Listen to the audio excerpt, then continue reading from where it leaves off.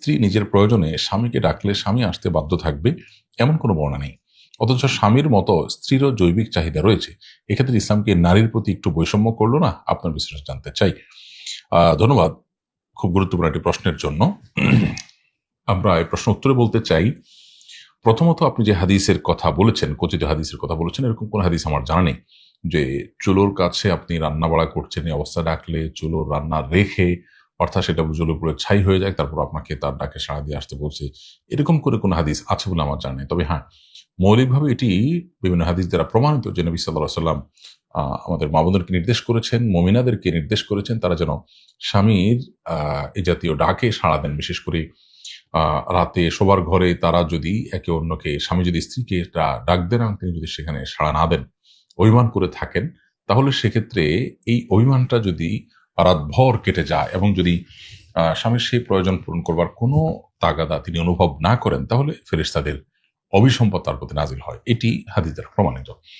এখন প্রশ্ন হলো, একই রকমের হাদিস নারীদের বেলায় কেন নেই?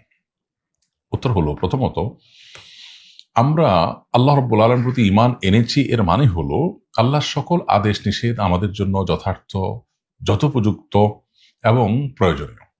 এই বিশ্বাস থেকে আমরা আল্লাহর সমস্ত আদেশ নিষেধগুলোকে মেনে চলব। সে আল্লাহর আদেশ নিষেধের যথার্থতা, যৌক্তিকতা আমার বুঝে আসুক, চাই না আসুক। এটা হলো ঈমান। এখন আমি যদি বলি যে না, এটা আল্লাহ কেন বলেছেন, এটা কেন বলেননি, তাহলে এটা কিন্তু ঈমান নয়। তাহলে সেক্ষেত্রে আমি আল্লাহর প্রতি ঈমান আনলাম না, আমি আমার লজিকের প্রতি ঈমান আনলাম। যেমন লজিক যদি বুঝে আসে আমি করব, না হলে করব না। তাহলে তো আপনি আল্লাহর প্রতি বিশ্বাস নয়, বরং লজিকের প্রতি বিশ্বাস রাখলেন। এটা একটা গুরুত্বপূর্ণ বিষয়। এই জন্য মৌলিকভাবে আল্লাহর কাছে নিজেকে সারেন্ডার করতে হবে। এবার আসুন আপনার এই প্রশ্নের আমরা ভিন্ন অ্যাঙ্গেল থেকে জবাব দিই। সেটি হলো, আল্লাহ রাব্বুল আলামিন নারী এবং পুরুষ উভয়ের মধ্যে পুরুষকে আল্লাহ সুবহানাহু ওয়া তাআলা নারীকে পরিচালনা করবার দায়িত্ব দিয়েছেন। অর্থাৎ পুরো সংসারকে, নট অনলি নারী, পুরো সংসারকে পরিচালনা করার দায়িত্ব দিয়েছেন। এখন আপনি যদি বলেন যে কেন সমান অধিকার দেওয়া হয়নি? একটি দোকানও যদি চলে, তাহলে যে কোনো একজন পরিচালক হিসাবে থাকতে হন, আরেকজন তার সহকারী হিসাবে থাকতে হয়। সবাই সমান হারে, সবাই সমানভাবে কাজ করবে, এভাবে ছোট্ট একটা প্রতিষ্ঠান পৃথিবীতে টিকতে পারে না। সেখানে সংসার টিকবে কিভাবে হতে পারে? আপনি যদি বলেন যে সংসারের প্রয়োজনটা কি, তো মানব সভ্যতা টিকে আছে সংসারের মাধ্যমে। এটা না থাকলে মানব সভ্যতাই টিকবে না। এবার আসুন, একজন পুরুষ তিনি সায়েন্টিফিক্যালি, বৈজ্ঞানিকভাবে তার শরীরের যে জৈবিক চাহিদা, এটা একজন নারীর তুলনায় অনেক বেশি থাকে।